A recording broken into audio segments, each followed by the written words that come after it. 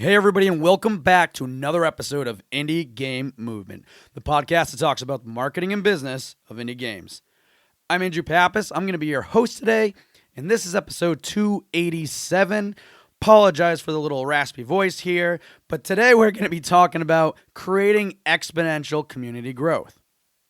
Now, no matter what platform you use, it's always a challenge to create any kind of growth with your community. But sometimes being resourceful, having the right mindset, and keeping some information handy can be all that you need to create growth for your community.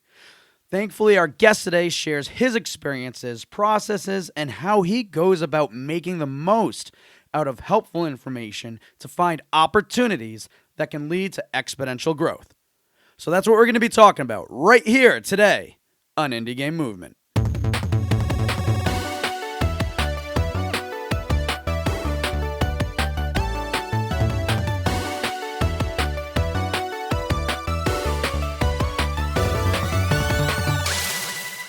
Hey everybody, and we're back. And today with us, I have Jared Tan. Jared, how's it going, buddy? It's good to talk to you again. Hey Andrew, it's really good to hear from you, and happy to chat whatever you want to chat about and games and stuff. Oh yeah, and we're gonna have lots of fun things to chat about. And real quick, people, when I say good to talk to Jared again, we first met. What was it at? This past year, GDC, 2022, and that was a good time. It was good to connect with you and everything else. And then this never happens. I feel like you were at PAX East of this year as well, and we got to connect again and here we are, one more time, and let's hope it's one more of many more to come. Thank you very much. Yeah. All right. So that said, I mean, Jared, again, like I said, great to have you on the show because you have a pretty interesting background, and what you're doing in the game space is pretty cool too. But first and foremost, I mean, so your background, you weren't in games initially, correct? You were in studying finances and accounting and things along those lines, right? Yeah. Yeah. And as fun and exciting, I'm sure number crunching can be.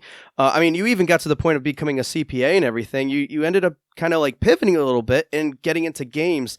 And now I mean, you've worked on some really cool projects with Devolver, like Cult of the Lamb, I believe Card Shark's another one, among a bunch of others.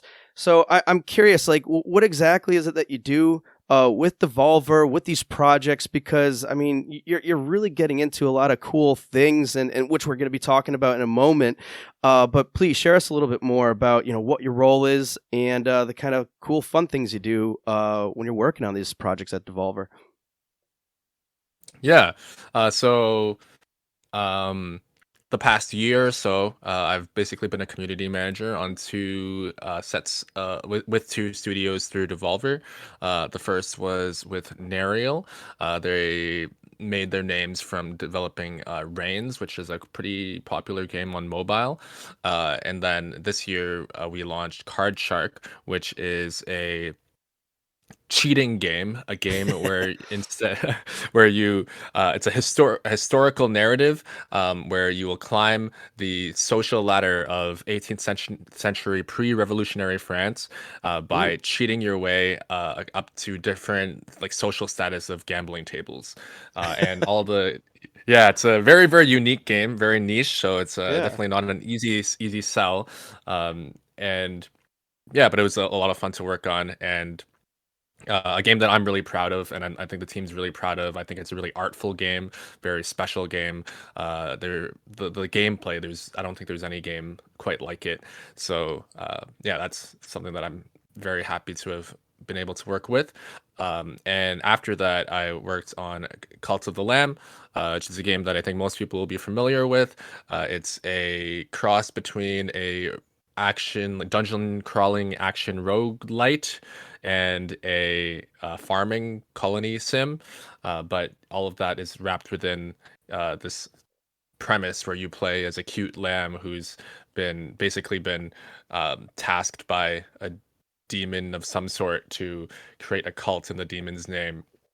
So the cute lamb is doing these atrocities like sacrificing people, murdering people in their sleep, cutting them up so you can feed your other followers for the colony sim part.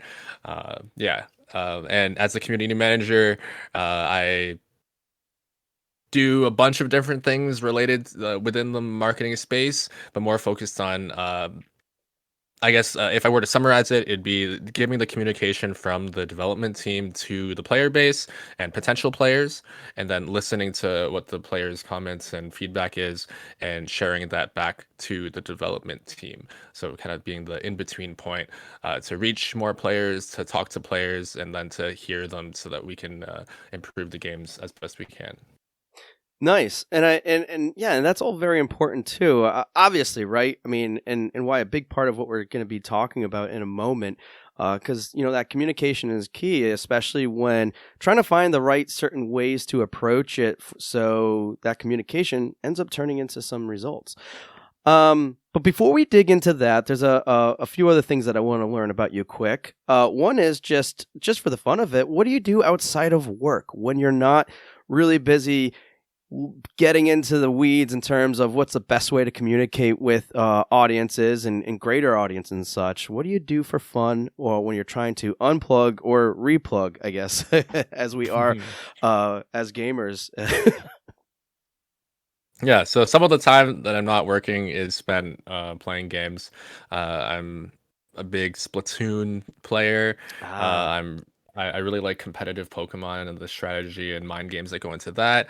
But outside of games, I guess it's more playing. I love playing music, writing music, performing music, sweet. and I also love playing sports. Um, yeah, and watching sports as well. Big uh football, like soccer fan. So not yeah, like kickball, or not kickball, but yeah, like what Europeans and the rest of the world called football. I'm a huge fan. A big Arsenal supporter. Like Canadian national teams, and also a big basketball fan. So I follow the NBA, and mainly my hometown team, the Toronto Raptors. Nice. Cool. So pretty involved in a lot of other things outside of just games and themselves, which is good. So all right. Well, thank you for sharing that, but we want to go even deeper with some random stuff about you. So what we're going to do, folks, is have Jared go through the Qbox round, and for those who aren't familiar, Qbox round is just a series of random questions I prepared for Jared, and on the fly just now I threw in another one that you don't know about, Jared, but don't worry, it's an easy one, I'm sure. So, are you ready to go into the Q box round? Yeah, let's go. All right. What's one place you've always wanted to visit? Logically, I'll say New Zealand. That's been on my list for a while. I also have family there, so I can save a bit of money when I go. But one place, but one place since I was a kid is the Galapagos Islands. Yeah, to like be a part of biodiversity research history would be really neat. And I've always been interested in like animals and wildlife as well from being a kid. I love how you started that one off. You're like, well, logically, it would be New Zealand, and but excellent, context to follow, of course. But still, I just thought that was funny.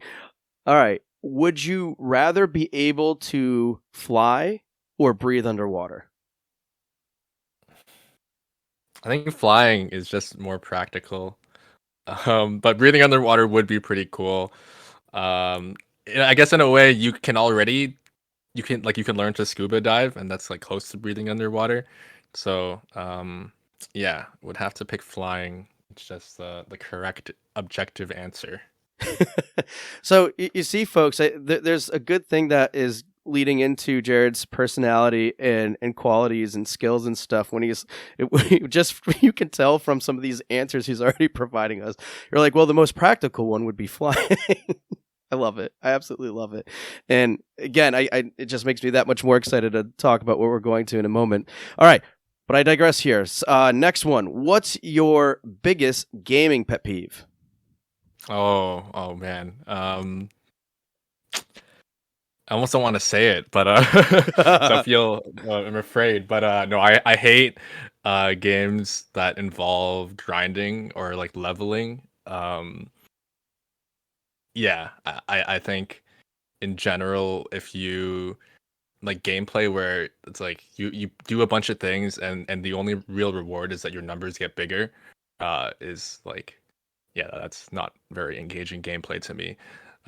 So JRPGs mostly not a fan. I And was I gonna know say. people will probably are probably thinking, oh, like Pokemon. If you like Pokemon, Pokemon's obviously a JRPG. But I specifically like competitive Pokemon where all levels are even, and it's not about the training; it's about the like strategy against another person. So No, it makes I've sense. thought about this a lot. Excellent. All right, random one. The really random one I was going to throw on you, which was, what's your favorite instrument? Favorite. That's a tough one. I really love the sound of a lot of instruments I can't play. I like playing guitar and piano the most because they're the most versatile. They're just the instruments that I like. You can play one person with that instrument and like have a great time. Like obviously you can play other instruments, but it can be like your whole backing track, just a guitar or piano. Whereas other instruments I play like a bass or drums, like it's not your whole backing track. It's just like one element. Um, yeah, and then I also love the sound of like trumpets. I love horns in songs, cellos. Obviously, everyone thinks cellos are cool. Um, so if I had to pick one,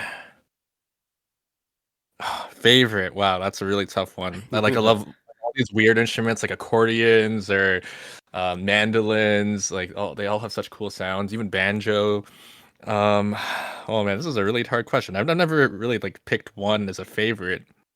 I guess I just pick guitar because it's like you can move around with it. Just yeah. Once again, picking the practical choice. Yeah. No, it's funny you say that because I'm really big into music in general too. And when you were saying, just as you were going through it, I'm like, well, I know I love the harpsichord, and then I'm like, but then there's the handpan, which is great, and then there's, oh yeah, I can see his problem now because I'm having it too. But Mhm. anyways, good choice though. Yeah. Guitars, like you said, really versatile. And then last but not least, and the staple here on the show is, what game are you playing now? You mentioned some earlier, but Mm. are those the ones you are playing now, or is there something different?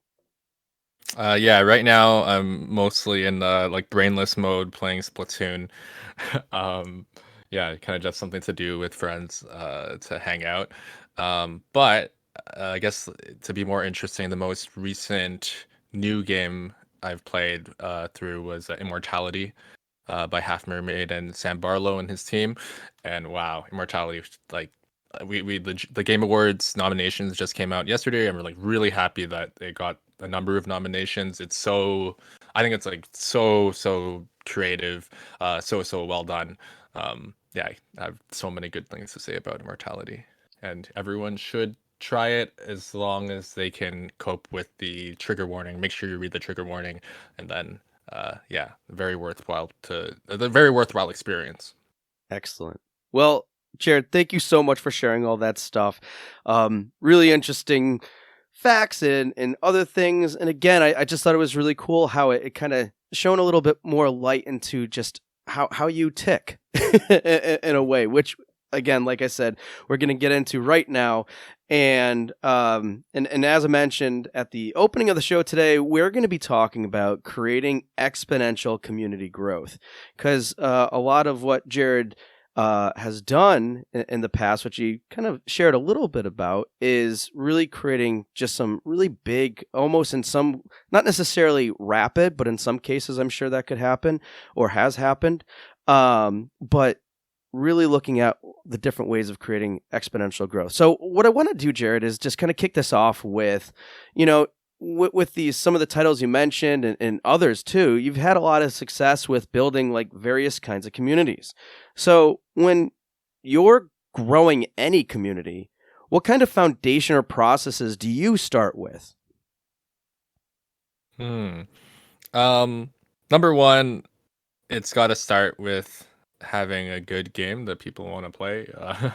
I think, like, as a marketer or as someone who's working in this space, like, one of the best things you can do. Obviously, you can't choose this all the time. Like, I wasn't able to necessarily handpick which exact projects I want to work on.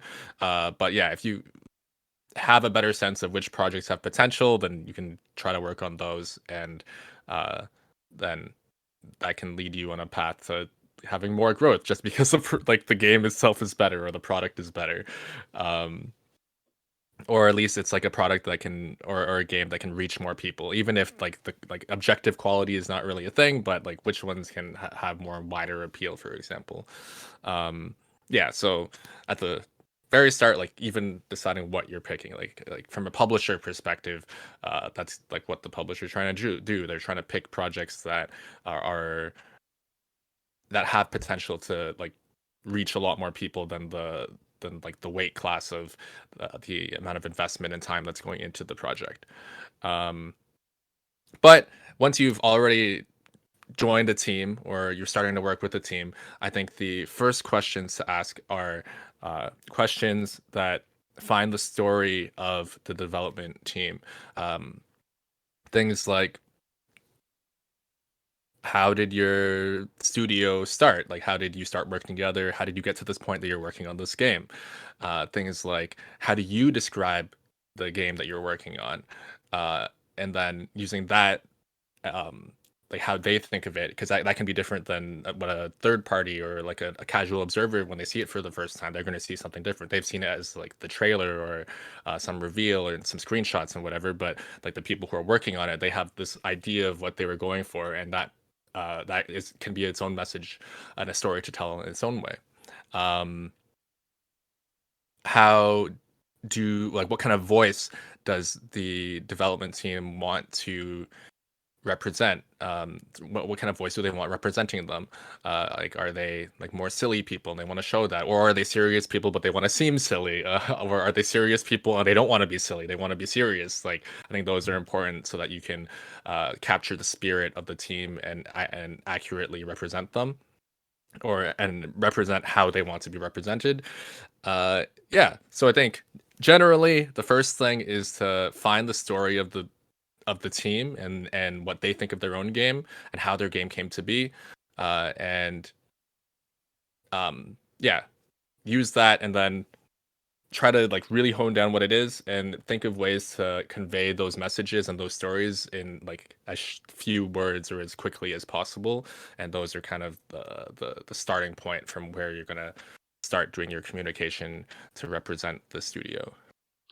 Yeah, and I think this is really interesting in a really cool process to go through, because I know on my end I go through something similar to this, to kind of like, like you said, finding out that information, finding out what the voices are, like what's the tone that they want to talk to people with and everything, because it can feel kind of weird at first, right? Like just trying to think about, oh well, what do you mean? How do I talk to people? but again, we all have our own way of moving forward, and I think it's I love how you present that as a foundation and to lead forward with too, because um that voice is going to dictate what kind of stories you share or other things that you share, whether they be updates or announcements, like typical beat stuff, right? So it can really define things and how you kind of grow from there. So love how you share that, and I think another area that I want to cover, and now that we've that you outlined that a little bit, is kind of like, the mindset and even some aspects of being resourcefulness, right? Because, sometimes when we're leveraging social media, which is probably a big factor as a community manager, right? Community managers can wear a lot of different hats and stuff, but with leveraging social media, sometimes, especially for some people, it can feel like screaming into a void. So I'm curious, what are some key mindsets that you use to kind of help you stay focused on the growth of the community, even when your efforts may seem a little futile? Hmm. Um. Yeah, that's definitely a big challenge. Like making posts, making content, making like sharing things and not having many people see it. Um, yeah, it's certainly discouraging. But I think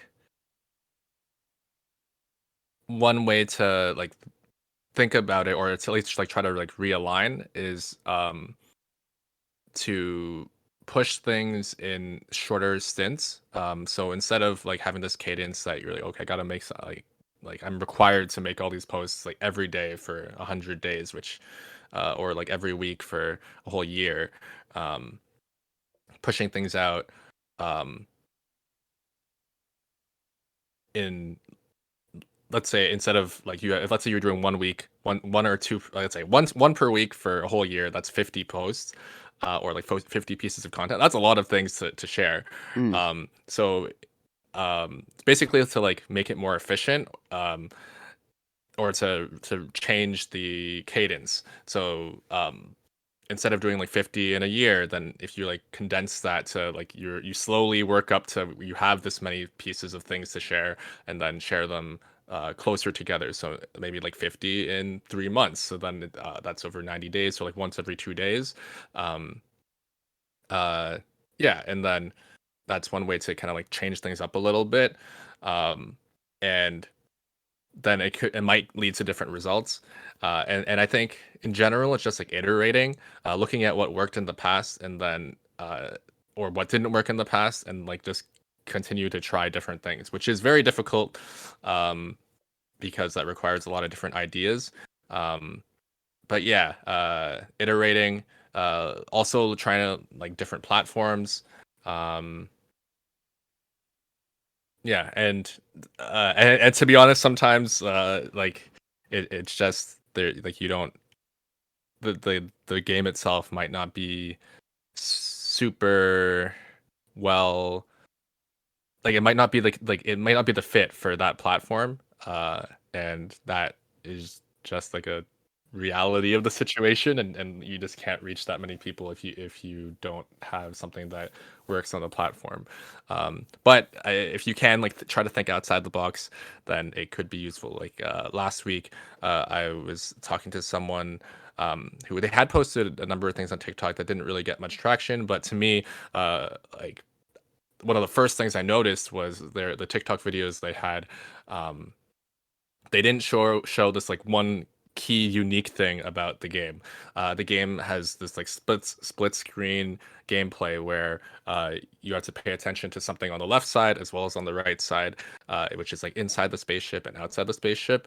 And all the videos only showed like one at a time.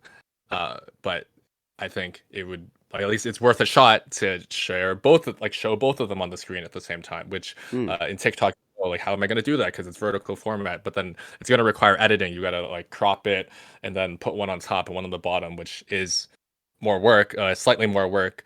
And like you're gonna need to use like a real video editing program. Like I don't think, or actually, you could do it on TikTok too. There's ways to do it, but yeah, um, something like that. Like trying different things, iterating. Um, yeah. Yeah, no, I Right. think what Sorry, that's okay. kind of Yeah, rambling. I think what you're saying though is really interesting and makes sense, right? It's like you it's always a challenge when you're trying to do these things, especially when like, hey, efforts might seem futile, and in those cases when that does happen, it's like probably a sign of okay, trying new things, and then just being mindful of okay, what is it that you tried? How is it different? Or because it's like, for example, like even as simple as the cadence part, if you're just doing the same thing on a regular basis and like same time, same day, whatever that cadence may be or whatever, there could be things where, like you said, switching it up where it's more frequent for short bursts, um, even though it's more of a sprint. I mean, you're doing that much more effort, and there's probably a lot more things that will align with from a strategy standpoint. Let's say there's a release coming up, or some other big event, or things like that. So I love how yes, it's still a lot of work, and yes, we can say that it's in essence, it's simple to change that. It's one way to kind of go about changing these things so you can be a little bit more focused on growth and get a lot of information back pretty quickly by doing something as simple as changing the cadence to then better understand of like, hey, is this really working or not? And then constantly, like you said, through iteration and really going back, what worked, what didn't, why, what, and asking these types of questions like you phrased. And then I love the last example too you provided, which was with those other team, and they were trying to think of, hey, how else can I change this up? And it's like, well, you have this unique feature that or mechanic that you haven't really showed yet, and sometimes, and I think this is definitely what happened in this case. Sometimes you might be shown this feature or aware of it, but you're like, well, it won't work in TikTok because it's like it's a split screen. The format's not the same as TikTok or whatever. But it's like there it comes being creative in how you show some of this information about the game instead of like the typical way. So no, it's all really interesting perspectives that you provided to kind of really think of essentially how to find different ways to be resourceful and such with especially when you're having those hard moments when it feels like not much is happening, and just kind of like going through it and trying something until it sticks essentially. Yeah. Kind of trying different kinds of things, looking at more different things, and trying to get outside of any barriers of like, oh, it needs to be this way. Yeah. And that's probably one of the biggest thing that can hold people back is having these like limitation mindsets that can prevent them from trying these new things or whatever that might be. Yeah, and I think it's really easy. Like this is what I used to do before I started working in, I guess, making content, making social media posts, where I would like read things. I just like look up like, oh, what are the best times to post on this thing, or like what's the best cadence to do this, and I just like look up these rules of thumb that people suggest, or you can just find on random articles, or even from like credible places like Hootsuite shares a lot of like rules of thumb, but yeah, if you just follow rules of thumb, uh, then your things are probably going to look the same as a bunch of other people who are just following the rules of thumb, and like if it doesn't stand out, then it's pretty hard to get people interested in it. Yeah, really good point there, because it's like if you're just following the standard template or boilerplate or whatever the case may be, it's gonna look like everybody else's. So do something different, right? Cool. So kind of on this topic too a little bit. I mean, here on the show we've discussed before, how to be creative and resourceful with, growing communities. But I was just curious, especially knowing your background and kind of your overall approach to things. Do you think balancing with a more analytical approach is necessary to kind of fuel and create exponential growth? Um, that's a good question. I feel like nothing is like I just said that any rules of thumb like limitations are not good, so I don't want to set them here. Yeah, I think using more objective analysis and being able to think about things and assess like accurately and objectively is always useful. But social media is like a fickle beast where in like on Twitter, if some really big name just shares your thing, then like sometimes they may see it, sometimes they may not, sometimes they will decide, occasionally they may decide to like retweet your thing or not. And that is not up to you. And there's really like little you can do to control that apart from like asking a bunch of people to do it. But even if you do that, it's like it's probably not going to work either, that's still their decision in the end. Or on TikTok, like personally, I do believe that the TikTok algorithm itself is like gives you variable results. Like even if you posted the exact same thing twice, there's I think there's no guarantee that it would like do the same both times. Yeah, and yeah, it's a fickle beast that can have variable results. So in one way, like you can look at the things that did well and didn't do well and try to follow the things that did well all the time. But even if you try that, it like definitely won't work 100% of the time. And if I am to look at two videos, like on TikTok, for example, and it'd be like, okay, I think this video is better, but this other video, which isn't as good, I've had more views. That is something it's something that normally that is like pretty normal, um, and not unexpected. So, yes, being analytical and trying to improve is good, but at the same time, just being creative and trying different things, I think is more important. Mm. Um, yeah, and if you do find a formula that works for your game or your product, then you can probably lean into it more. Yeah, because I mean, to some extent, there's probably, like you said, there's so many variables. So it's like, I'm just curious. So yes, I creativity is like, because kind of like what you were saying before, trying different things or whatever. Because if you try to keep being so formulaic, essentially, you're going to find that you're just standard or on par, or the same as everybody else. So which is kind of interesting. So I guess I'm wondering too, like, and I'm just more curious than anything. Like, is there anything that you can infer from some information while still being more focused on the creative element and aspect of things? Hmm. Um, like I said, I feel like I can assess which videos, like okay, for TikTok specifically, which Yeah. videos I think have a better chance of doing well.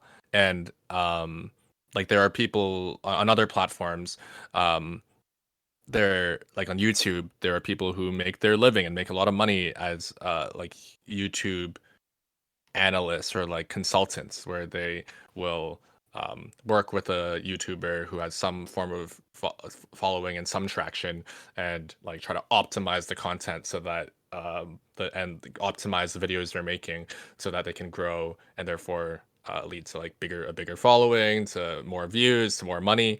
Um, so there is definitely things that you can do to improve your chances.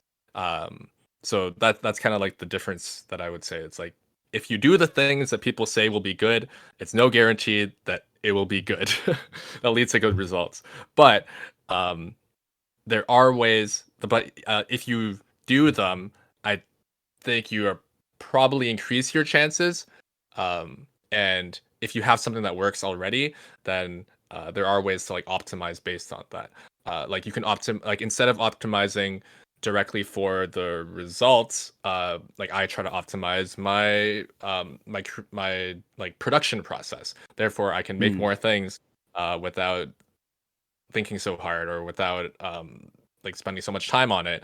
And like that will, if I optimize the things that I can control, then it can hopefully lead to better results on the things that I can't directly control, which is like how much reach it gets.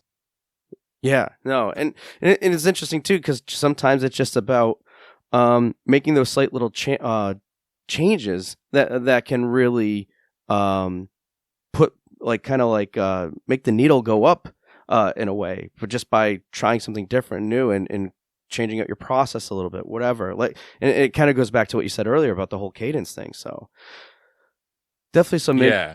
interesting stuff there. So I, now I know that you have some really interesting stats and stuff, because and I want to talk a little bit about numbers and more like kind of like how important are numbers or not, or whatever in various contexts. Speaking of here, of course, because I know that you've documented some like kind of interesting data from your own TikTok campaigns and from various game studios TikTok videos. Because I mean you do a lot with like social media community management as a whole, but one area I would say you're really good at is TikTok. So from all these campaigns and data that you've collected from these from this stuff that you documented. When I say document, folks, Jared has some pretty cool blog posts that kind of do deep dives on these things. I was just curious, are there any kind of KPIs that you look for when you're building communities that you could see attribute to overall community growth? Yeah. So the things that I my findings found, uh, as well, like just like my general analysis, along with looking at the data that I accumulated, and to just give a bit of background. Earlier, I think like last month, I made a article that I wrote based on collecting data from um, a number of different game studios who had posted videos on TikTok. I asked for uh, their top at least, or yeah, basically their top performing videos from 2022, and I try to like give a time frame because the algorithm's always changing, so things that might have done better in previous years or in 2021 might, like, the algorithm could be different now, which it probably is already, like it's Yep. even, and I took this data in the summer, around August, and then I compared those, and I had asked for like the detailed data, as much data that TikTok can give, that will give you. So this is like basically like every metric. So starting with how long the video is, um, the video. Or how many views the video got, the video reach, which is like the number of unique people it reached, the average watch time, how many like engagements each of it had, so likes, likes, shares, favorites, comments. What else can you ask? Average watch time. Oh, and the last, another important one is the full watch percentage, which Mm. is the percent of people who watch the video at least the whole way through. Um, yeah, so I took that from like 100 and something videos, and then also normalized each of the. So I also took the average number of views in 2022 from each of these accounts, because like these accounts range from like a few thousand followers to over 1 million followers. Mm. So yeah, really big range. So to try to normalize a little bit, I compare average their like views and reach to the average numbers for them. Yeah. So from that, I found that the things, the out of the active engagements that people can do. So okay, if you don't know how TikTok generally works, um, no one watches anything based on who they follow. Almost no one watches based on watches things based on who they follow. They watch what shows up in their For You page, their FYP, and And that's just that content that TikTok is giving to users that are using the platform. It's like, hey, we thought you might like this. Here you go. Type, right? Yes, and as soon as like it's like as soon as you open the app, it'll show you something on the FYP right away, even if you don't have an account, and that's based on like your demographic data. So like I live in Canada, so like when I opened the app for the first time, it showed me some like Canadian related content, and then if you watch to the end, or if you like it, or if you comment, or share it, or favorite it, then those are all positive things. And then TikTok will say that, hey, this video got a positive thing. I'm going to show you more videos that are like it, or that other people who like this uh, may like.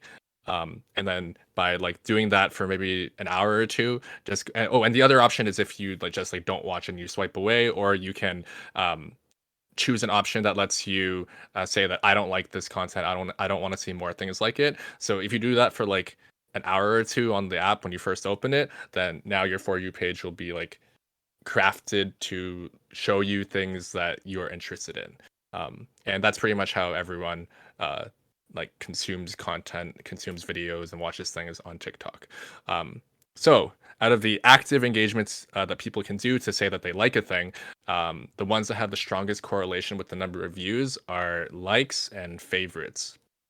I think comments also have a somewhat strong or a moderate correlation, and then lastly was shares. Shares had the lowest correlation, although that could be because like shares are just the most variable, so it's hard to Mm. correlate.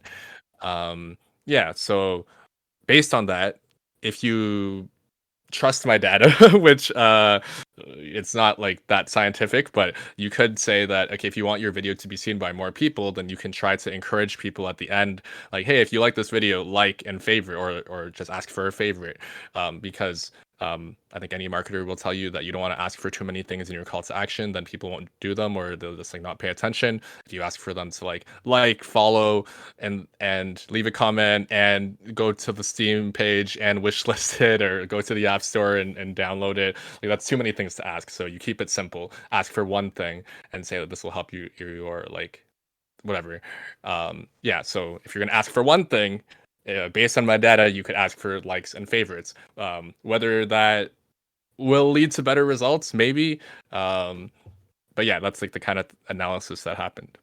But that's pretty interesting too, because you made a point earlier too that was it's not necessarily, well, I'm sure this is a factor in general, but because of how TikTok set up and the For You page, but you're saying essentially it's more of, and again, it's one of these situations of really understanding and knowing the platform a bit. But what you found is if people are engaging at that certain level and having a very simple call to action being like, just like or comment, whatever that main one is, that is more likely to get into their feed than opposed to like a typical follow, which naturally I think we think of and how overall social media works is like, oh, if they're following, they're more likely to get pinged whenever we do this. But in some platforms, and like in this case, it can definitely be very different, especially if you're, let's say you're reaching new people. New people that you reach aren't necessarily going to be taking these types of actions right away, right? They're not going to be following you right away. They don't know you yet. But if you have that simple call to action as a KPI and leading into more like the other data you said, more view time and everything else, it kind of goes hand in hand in terms of how you could really, something so simple with very little friction could exponentially grow that audience, grow that reach and everything else. So it's just really interesting too, because like you said, like sometimes if we keep things, we keep these limitations of what we feel, or we confine ourselves to because of what we believe is the case, it might not always be the case. But so that's why I think it's so interesting what you just shared and how that differs a little bit. And I do want to say, I think the more important KPI than the active engagements is the watch time and like how many people, basically how long are people spending watching the thing that you've posted. Um, Yeah. And there's yeah, keep going. Oh, yeah, and so a bit of background about that is that um, it is almost like a uh, what's the word? They're like competing interests that you Mm, want to keep people watching for as long as possible. That's I think that like as a platform, it makes sense that the TikTok algorithm would want if they're trying to optimize to keep people on the platform, then it wants people to watch the video for as long as possible. Or and like the longer the video is, then that increases the potential time that they can watch it.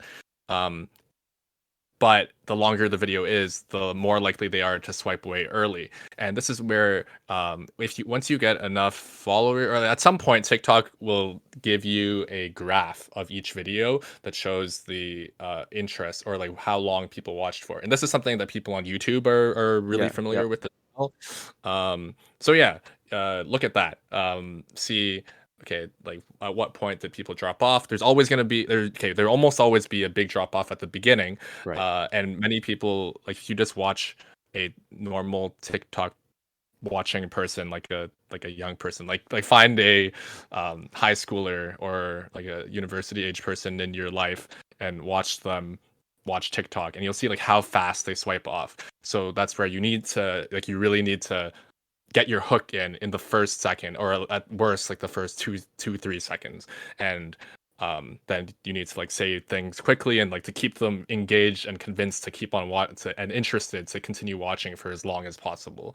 um yeah, so that's like the things that I think about, and people making these videos should be thinking about to um get their videos seen by more people, because like the better metrics it gets, then the more likely it is to be shared to like reach a farther audience, and that's where you actually do hit like exponential growth.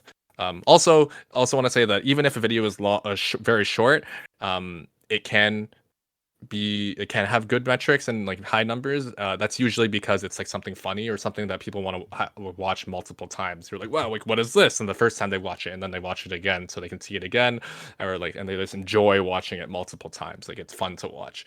And if you can do something like that, then ooh, that's even better.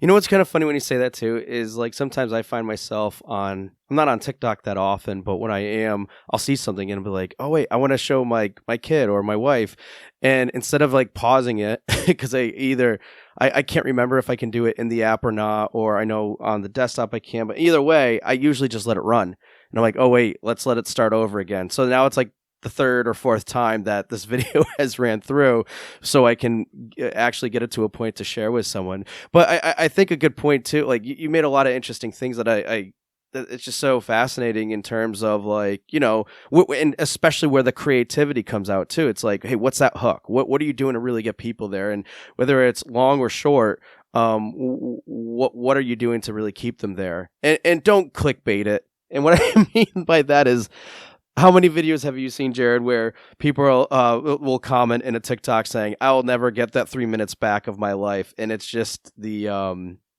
the person who made the video holding you there at like ransom to see the end, and then find out there's nothing, or it's part 3 of 5 or whatever. So it just, I don't know, interesting stuff. But no, a lot of good things to kind of glean from, and kind of help you, like, I guess, make informed decisions about when you're executing future strategies and stuff, like with this type of information, with this type of content. Like, what are these things? What does it mean when people are dropping off quickly? And you gave some good reasons of, at first, yeah, there's always going to be a big drop off, but then how do you counter that? How do you keep that control? And that's with the hook, and that's with the engaging content, and that's with being more creative with these things.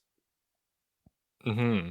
And sometimes being creative, I'm not like, okay, like I posted a thing last week or 2 weeks ago, and someone in the quote retweets called me an artless rube, and which it honestly did hurt a little bit, because like outside of what I do for work, I think I do create art, but like I'm not here, I don't have like delusions of grandeur that what I'm making is for work, and like trying to sell games and try to get games seen by more people is like some high art or something. It like, yes, it's something to analyze, and you can be creative about it, and I've made things that I'm like very proud of doing that, but sometimes being quote like creative is just looking at what other people have done in other spaces, maybe, or even in your own space, and figuring out how that can apply to you. So yeah, it's like not necessarily creating a whole new thing, but it is combining ideas that people haven't seen together before. And this is something that I'm still learning and trying to get better at, is the idea of like what is humorous to people, because usually funny things do well on pretty much all platforms, and a lot of times humor comes through surprise, and surprise is the when you have an expectation for something, and that expectation is subverted with something that you didn't expect. So this is really hard for small games, because if they don't know what your game is, then they have no expectation to start with. Like you, like on your development team, like I've done this before where, oh, hello, okay, I think my screen's just turned off. Okay, back. So I've done this with my development teams before, where we like make a meme of like a character in our game, like this robot character doing a funny dance, and like to us, like, oh, this is so funny, because like we know that this robot character isn't supposed to do this funny dance, but then some casual observer online, they don't know who your robot character is. They don't know that it's not supposed to be doing this dance. They just see that it's a robot doing a dance. So like, why is that funny to them? It's not, because they don't have a set expectation, and then it can't be subvert. There's no expectation to subvert. They just see a thing that, like, on its own, it could be interesting, like, oh yeah, robot doing a dance, but it's not. It doesn't have the same level of humor that your team will see because they had that expectation. So like big brands, like if you're Pokemon or Among Us, like the recent big trend on Among Us, where, or well, just generally, like people find it funny when you just see Among Us shapes in different things, or you use Among Us to do like in different patterns. My favorite one is like this bowl of food, and it has like green onions, like chives, uh, like slices in it, and like two of the chive slices are in this shape that literally like looks exactly like an Among Us character. So like obviously I don't expect to see an Among Us in this bowl of food, but I see it and then it's funny. But it's funny because it's combined something that I don't expect to be there, the Among Us character, with something that is there, that I do expect, which is just like a normal bowl of food. So yeah, big brands that people know about, they can do that much more easily. And if people don't already know about your thing, then you need to figure out a way to give them some context really quickly before they drop off, or you're just like not going to try to, like, just don't try to be funny. And but you can still give like add context that they do understand. So for Card Shark, I like to say things like, this is a game about cheating.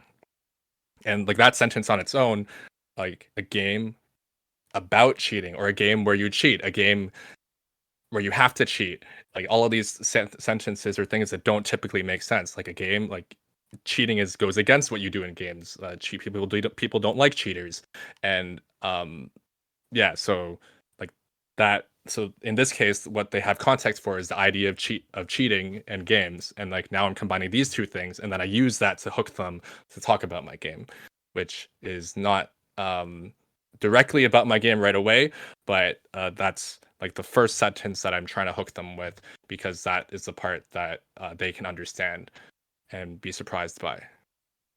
Yeah, no, and a lot of cool things there, and I love that initial approach. And like you outlined, it can be challenging to do this, and a little bit easier, let's say, for bigger brands. But what are those good ways that you can take that surprise approach and provide that, either that context, or maybe it's a topic or theme or something that is relatable, or something that these that people can relate with and identify with, and then kind of plug your game in some way, shape, or form into that for that element of surprise. So it's again, like you said, it can be challenging to do, but you provided some really cool, interesting ways on going about doing that.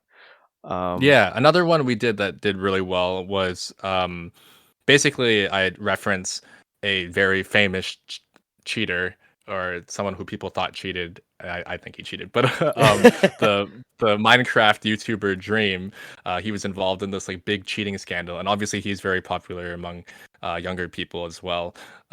So I like reference him, and then I show footage of our game.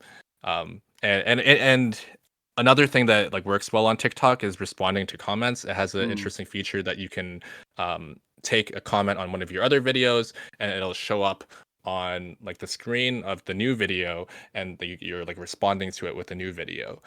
So in this case, our first video that was doing well is one that said, we're making a game about cheating, which is the thing I just mentioned. And one of the top comments was saying like Dream's favorite game, because he was involved in this cheating scandal. So someone else was making the joke. So I like replied to that comment, and I said, well, I don't know if Dream's gonna like our game when he finds out to what happens to cheaters who get caught. And then I show like footage from the game, which is like a core part of the game. If you get caught cheating, you often get like killed by someone for cheating. So yeah, so I'm like, in this way I'm telling them about the game, but I'm using a context, like a surprising context, like being very upfront about calling Dream a cheater, that like the audience will understand. Yeah, and again, it's about like trying these different things, these like just finding different ways about going about this, because you responded to a comment, but you also incorporated something maybe not typical that people would expect, which in its own way was probably some type of surprise, essentially, for people. They're like, oh, I wasn't expecting this.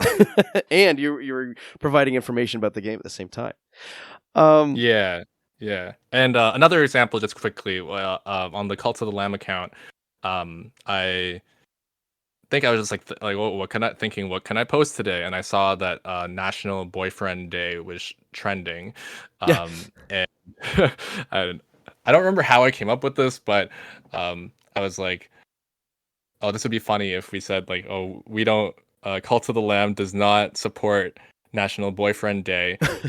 Why have one boyfriend when you can have like any number of cult spouses or something like that? And yeah, which yeah, you just like start with something like that is surprising. Like yeah, why would anyone not support this random day, and then connect it to the game? Um, yeah, and then show a little bit of footage that shows.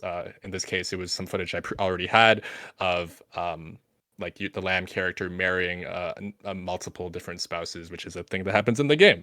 So it's like relevant to the game. I'm telling people a feature, and a surprising feature too. And it helps that the game has many of these features that are like, "Ooh, these are very surprising on their own," and you can like make memes out of them. So, like if the game already has those built in, then that's like a easier starting point to make content out of. Um, yeah, so just another example of that. Mm. No, that's a good one too in terms of like just hey, how shocking can we be? Well, that was one way to do it within within the confines of your of the game and what's and the features and so forth. Um, Mhm. as we get ready to close here, though, there's one thing I'm curious about, and it's we've talked about community growth and these approaches and different fun and creative and surprising ways to go about doing that. And while creating these communities, whether it's social media or anywhere else for that matter, is definitely important. But throughout this process and how I would say any community manager their role plays into the grand scheme of things. Um, what else could you say that you've done or tried to do to kind of help ensure that this community growth overall can transition into results such as like let's say things like wish lists or sales or whatever that conversion type is? Yeah, that's definitely one of the toughest ones.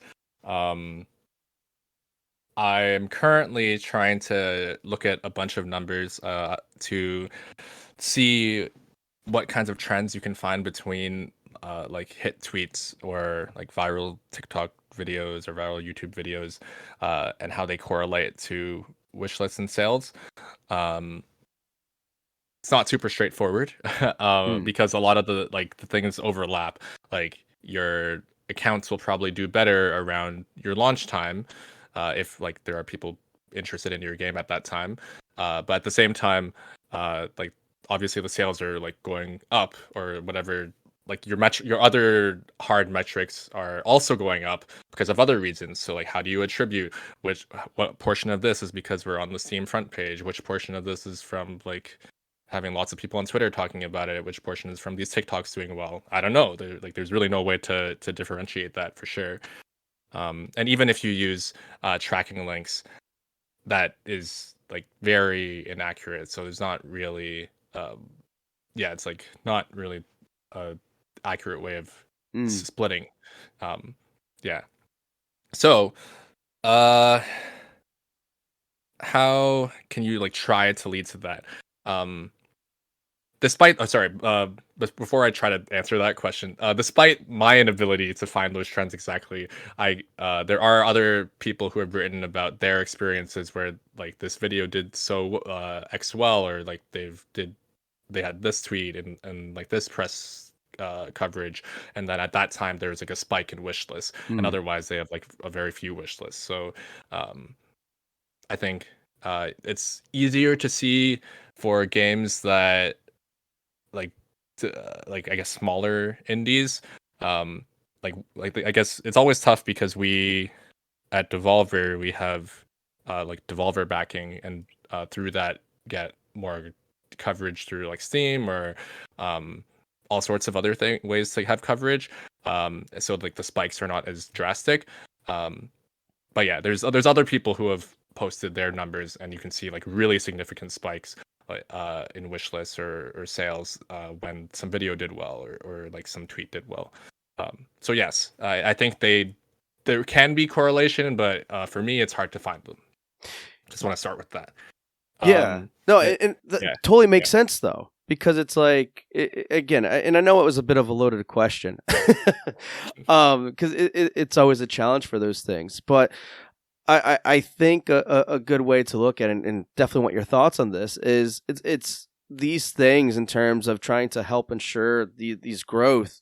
This growth of a community can transition into result is really culmination of all the different things that you were talking about in the approaches and how you execute in trying new things. I mean, it's again, I think, simplify just doing something that isn't the norm, and or not standard, or maybe in some cases that doesn't even scale, even though we all like to try to scale as much as we can. But yeah, I would say it sounds like a culmination of all the things that you talked about earlier that can ultimately lead to that, those types of things happening, those types of results. Yeah, and I do have I have some form of an answer and how you can try to like improve your chances Mm. of getting to more tangible results.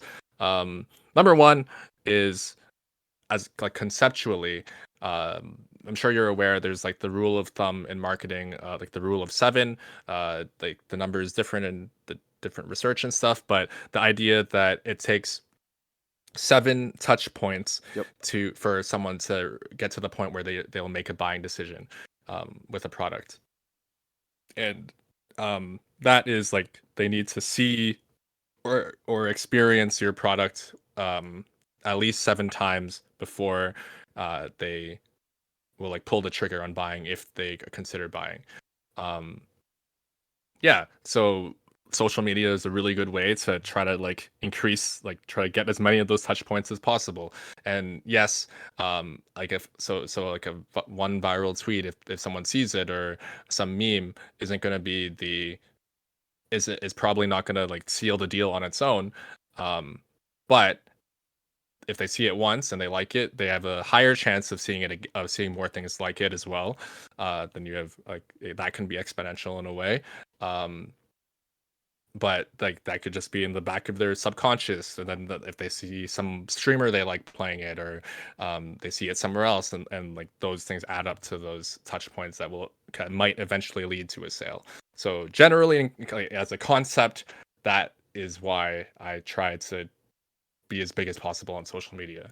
um, and in terms of like how to convert, um, I actually like don't ask about converting very much. Like I often don't do call to actions in the things I make. Um, for that reason, like the be all and end all might be the sale eventually, but like my each individual post, like that's what I don't consider that the job of each individual post. I'm just trying to like inform them about the game a little bit more, and if they want to make that decision on their own, then eventually they'll get to that point. um Yeah. and yeah, but I think there are still things you can do. um Things like the more followers you have, at least on somewhere like Twitter or YouTube, then when you do post something that's asking something from people, then if you've already entertained them or you've delighted them up to this point, then they probably have like a stronger connection with the development team. Like this is something I see a lot on the Cult of the Lamb Twitter account, that because we post a lot of things that show that like that I'm just like a gamer like them. I was like watching the League of Legends World Championships, and then I posted something like a funny thing related to it that connected it to Cult of the Lamb, or I've like commented on like Legend of Zelda Breath of the Wild 2, like a announced like a reveal trailer of some sort. I like commented from the Cult of the Lamb account. Or in general, or like more specific things to us. There's something that the community is talking about a lot, and they're like memeing on, and then we like participate in this meme. We're not like, oh, don't make fun of this thing we've done that's like that you don't like. No, like no, we will like encourage it. Like we make fun of it too, because like we think it's funny. In this example, it was this like like this bird character, and it was anatomically incorrect because it had a beak on the side, but then its mouth wasn't the beak. Um, Yeah, and like a lot of people when it first got revealed were like, "Oh, like this is horrible. Like this is so lazy. Like didn't change it." And then I like made a meme that involved like like had this emoji, and then the beak was on the side, and it got like 40,000 something likes. And then also after that we also like gave we posted like PNGs of this character and just of the beak on its own, so that you could like download that PNG and then put that beak onto like whatever you want. Um, and, yeah, so it's like take something that people don't like or some people don't like, yeah, we're not going to convince all of them. Some people probably still don't like it, but like sorry, and before this, I also just asked the dev team like, oh, like why did you do it this way? And they're like, oh, well, we could have done it this other way, but we think it's funnier to do it this way. So like clearly they are okay with this idea of like making fun of their own products or their own thing that they made, because like that's kind of why they made it as well. And yeah, so I have their approval, and then we lean into it more, and create this thing that delights the community. And yes, mainly it'll mainly be like existing players who see that and find it funny, but then those existing players, they like have a better connection with the dev team. They enjoy the game even more. They find the devs funny. They find the game funny, and those are all positive things that will lead to them becoming advocates to share the game with other people. And I think that's like the key to community building in terms of like quote unquote sales. More important than like getting viral posts and stuff is having players who enjoy your thing so much that they want to talk about it to other people. Hmm. Yeah, because I think like the most valuable way of selling a thing is someone you trust telling you that they should participate in it, or they should buy it, or they should do it. And that is what the end goal of trying to build community is, to have as many, like you're trying to get people who play your game to, first of all, they have to enjoy it, so hopefully like your game is good and it's enjoyable, but also through all these other ways, by like talking to people, to listening to people, to participating in the memes that they do, to showing that like you're just like you're someone like them. All of those lead to this idea of them becoming advocates for you, your team, for your game, and then that leads to more sales and a bigger community. Yeah, no, I mean, can't think of a better way to sum it up right there than just that everything getting to that point, and having that kind of be the goal, opposed to just always about, the bottom line. The bottom line's important, but these things lead into the bottom line, or help it and stuff, because it's always a good position to be in, folks, when people are talking about your game and willingly want to support you, want to share it with other people. So, Jared, I really appreciate you being here on the show. But before we go, I'd love for you to, give 3 tips or a few tips, or whatever, or even suggestions that you have based on what we talked about today, in terms of, what key things can people be doing to kind of work towards exponential growth. I think number one is really honing in on what makes your game, your product unique in the landscape of like all the indie and games there are out there. There are so many games out there, but your game hopefully has something that's actually unique about it. And I think it's really hard to like you can lose. It's easy to lose focus of what it is when you're like working on it so much. Um, Hmm. so yeah, try to escape that and to find out what it is that is like the biggest hook of your game.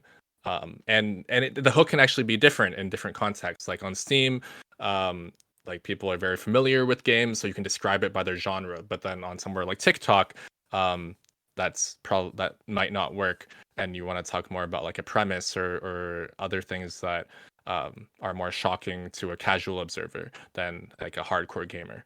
Um, yeah, so number one is thinking about the hooks of your game and how it is unique. Number two, um, just make things. um, yeah, I think like don't hold dear what you're putting out as much. Like yes, it is good to think analytically and trying to iterate, and I do that all the time. But just posting things, um, even if it's just like a small clip, it can be useful. You never know what might hit it big. And there's like two elements. Like you can either hold deer and like keep them for some point, like we talked about earlier, for like a very fast cadence at a key campaign strategy point, or just like post a lot and see what you can build that way. But either way, like each tiny aspect of your game, because games are so complicated, there's so many things involved, each tiny aspect can be its own thing to post about and to like create a story around. Yeah, so that would be 2. Yeah, just make and post things. And number 3, we've talked about the understanding, we've talked about what you can make. Oh, yeah, okay. I think number 3 would be really nice is if you listen to what people who like your thing seem to like about it. This is something I learned from GDC this past year, where I don't remember which dev team it is, but you can find like write-ups about it, or I can link it to you, and Andrew can put it in the show notes. But basically, this team, they did an analysis of all of their Steam reviews, kind of like aggregated the words in them, and then the words that people use to describe it positively in the positive reviews, they lean on those, but the words that are in the negative reviews, they avoid those. Um, and and Becca from Finji, she also said this in her GDC talk, this idea that your biggest fans are the ones who like they know, they almost know how to describe your thing better than you do. So this goes back to the idea of hooks, and like you might end up very down in the weeds, so you can't hear it. But like your fans are people who are not down in the weeds. They are like outside people who like your thing. So listen to why they like it, and then try to lean on those in your communication. I love that last one especially too. I mean, they're all good points, but that one too, because it's like, you're right. It's so revealing when you have that information. Like, and you said it best. Like, sometimes players just know your game better than you do, regardless if you agree with that or not. It's usually the case. At least I find it that way too. Mm-hmm. Or at least they know what they like about it. Yeah, like maybe they don't know the details, but they know what's appealing. Yeah, better way of putting it, because obviously they don't know the game as well as you do, but they know things that if they're saying that, there's probably 10 other people at least that feel the same way, if not more. So yeah, I love it.